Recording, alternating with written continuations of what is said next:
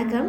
இன்றைக்கி நம்ம வாட்டர்மெலன் சாதம் செய்ய போகிறோம். வாட்டர்மெலனில் அந்த சிகப்பாக இருக்க பகுதியை மட்டும் சாப்பிட்டுட்டு மீதியை வச்சுருவோம் இல்லையா, அந்த மாதிரி பண்ணாமல் அதனுடைய தோலை மட்டும் சீவிட்டு அந்த ஒயிட் பார்ட்டை வச்சு ஒரு சாதம் செய்ய போகிறோம். வாட்டர்மெலனில் இருந்த ஒயிட் பார்ட்டெல்லாம் நல்லா பொடி பொடியாக நறுக்கி வச்சிட்டோம் இல்லையா.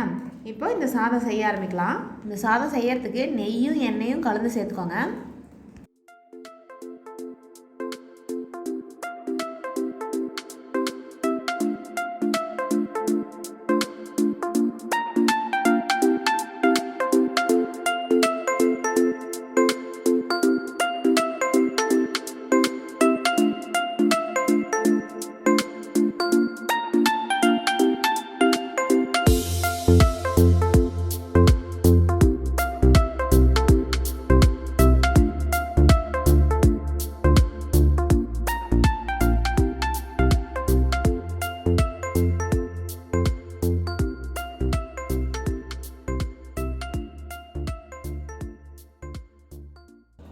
வாட்டர்மெலன்லாம் நல்லா வதங்கினதுக்கப்புறமா தான் அரிசி சேர்த்துக்கணும்.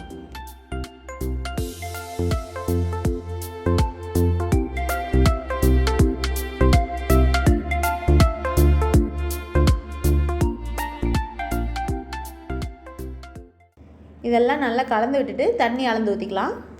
தண்ணியினுடைய அளவு நம்ம எப்பயும் சாதம் வைக்கிறதுக்கு எவ்வளோ ஊற்றுவோமோ அதே தான். நான் இதுக்கு 1 கப் அரிசி எடுத்திருந்தேன், அதனால் 3 கப் அளவுக்கு தண்ணி ஊற்றிக்கிறேன். இந்த சாதம் செய்கிறதுக்கு அரிசி ரொம்ப நேரம் ஊற வைக்கணும் அப்படின்லாம் எதுவும் இல்லை.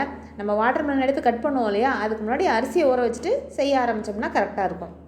தண்ணி நல்லா கொதி வந்த உடனே உப்பு மட்டும் சரி பார்த்துக்கிட்டு மூடி வச்சுருங்க. இது வேகிறதுக்கு ஒரு 2 விசில் வந்தால் போதும்.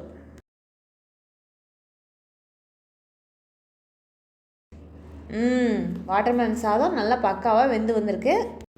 இந்த வெயில் நேரத்தில் உடம்பை குளிர்ச்சியாக வச்சுக்கிறதுக்கு அடிக்கடி தர்பூசணி சாப்பிடுங்க. அதே மாதிரி தர்பூசணியோட ஒயிட் பார்ட்டை வேஸ்ட் பண்ணாமல் இந்த மாதிரி சாதமாக செஞ்சு சாப்பிடலாம்.